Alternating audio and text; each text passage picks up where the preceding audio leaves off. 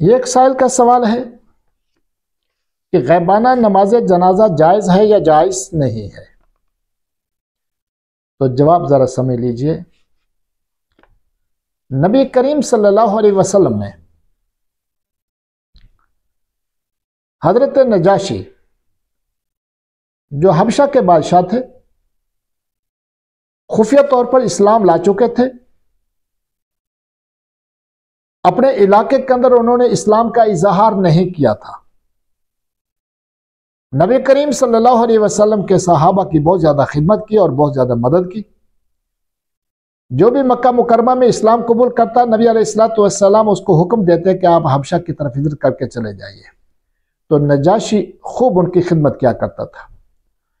इनकी जब वफात हुई, चूंकि हबशा में कोई उनकी नमाज जनाजा पढ़ने वाला नहीं था, इसलिए नबी करीम सल्लल्लाहु अलैहि वसल्लम ने उनकी नमाज जनाजा अदा की। बाद सहाबा रज़ियल्लाहु अन्हुम इस बात को जिक्र करते हुए कहते हैं कि हमें यूं महसूस हो रहा था कि हजरत नजाशी की मैयत हमारे सामने मौजूद है। इसके अलावा एक और ज़ईफ रिवायत हजरत मुआविया बिन मुआविया मुज़नी रज़ियल्लाहु तआला अन्हु के बारे में है कि ग़ज़वा तबूक के सफ़र में नबी करीम सल्लल्लाहु अलैहि वसल्लम ने उनकी नमाज जनाजा पढ़ाई, जिसके अंदर फरिश्तों की 2 सफ़ों ने शमूलियत इख्तियार की और एक सफ़ के अंदर 70,000 फरिश्ते थे।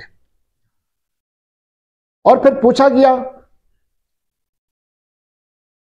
जिब्राईल अलैहिस्सलातु वस्सलाम से, और पूछने वाले नबी करीम सल्लल्लाहु अलैहि वसल्लम थे कि ये इनको खुसूसियत कैसे हासिल हुई। तो फरमाया कि सूरह इखलास से मोहब्बत की वजह से हर वक्त चलते फिरते सूरह इखलास पढ़ते रहते थे।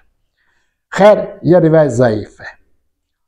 नबी करीम सल्लल्लाहु अलैहि वसल्लम की ज़िंदगी में, सहाबा रज़ियल्लाहु अन्हुम की ज़िंदगी में बहुत से सहाबा रज़ियल्लाहु अन्हुम शहीद होते रहे, वफात पाते रहे।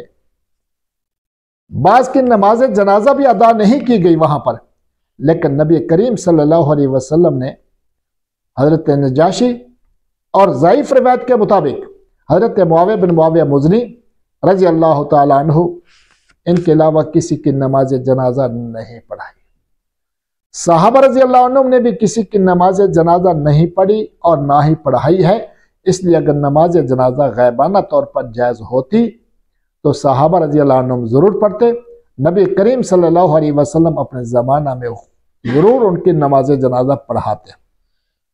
इसलिए गैबाना नमाज जनाजा का तसव्वुर नहीं है।